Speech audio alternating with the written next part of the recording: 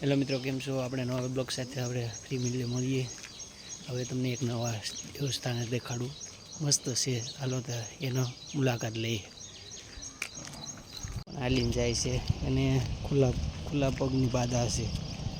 હાલતી જાય છે, ખુલ્લા પગે હાલવાની માતા છે. મેડીમાં દર્શન કરવા જવાની. હવે કમસે કમ 1 કલાક જેવું થાય છે માતાજીનું દર્શન મંદિર સ્થાને પહોંચતા.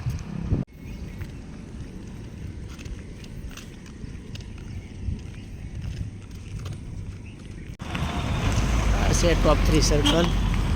ટોપ સર્કલથી જો ભાવનગર આપણે તમે તળાજા મોવાથી આવતા હોય તો એને ડાબી સાઈડ વળવાનું, લીલા સર્કલ વગી.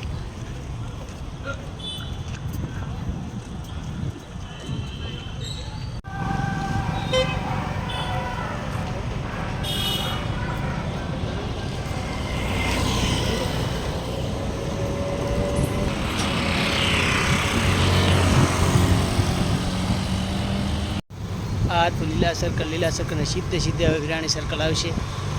વિરાણી સર્કલથી સેજ આગળ આવો એટલે મેડીમાનું મંદિર આવી જશે. આ છે વિરાણી સર્કલ.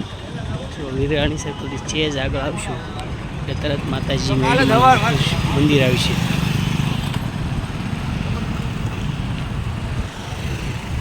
ચાલો મિત્રો, આવી ગયા છે મેડીમાના દર્શને. જો દર્શને બધાના હાથું હું દર્શન કરી લઈશ. બધાના જેટલા મારા સબસ્ક્રાઈબર છે એટલા, જે મારા વિડીયો જોવે એના હું બધાના દર્શન કરી લઈશ. તમે પણ આ વિડીયો અંત સુધી જોજો. માના દર્શન કરાવું. મેડીમાના કરોડો રૂપિયાની જમીનમાં મેડીમાનું મંદિર છે. કાળિયા બીડમાં અહીંયા ફૂલ ગળદી હોય રવિવાર અને સાંજે તો ફૂલ ટ્રાફિક હોય. મંદિરે પહોંચી ગયા.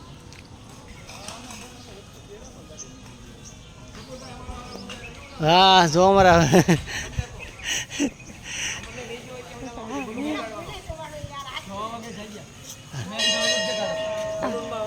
એવું નથી હોય તો ઓલા હોવડાવતો અમે જાય કે 5:30 ને તો ઓલા જાય કે તાર બાપા કે પેલા હોવડાઈ દે નકર કે કેમ ના મેં તો 6:30 નીકળો છું. મેં તો આને પછી મોડું થઈ જાય, છોકરા જાગી જાય એટલે બતાવી દેજો.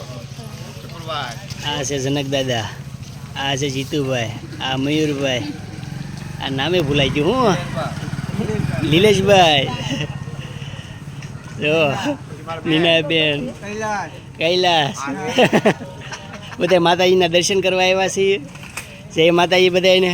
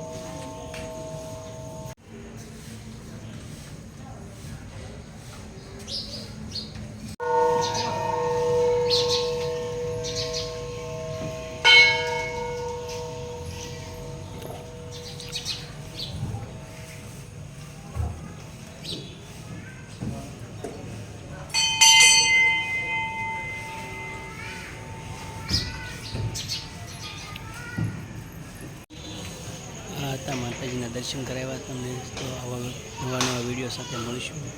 તે મેડીમાં બધી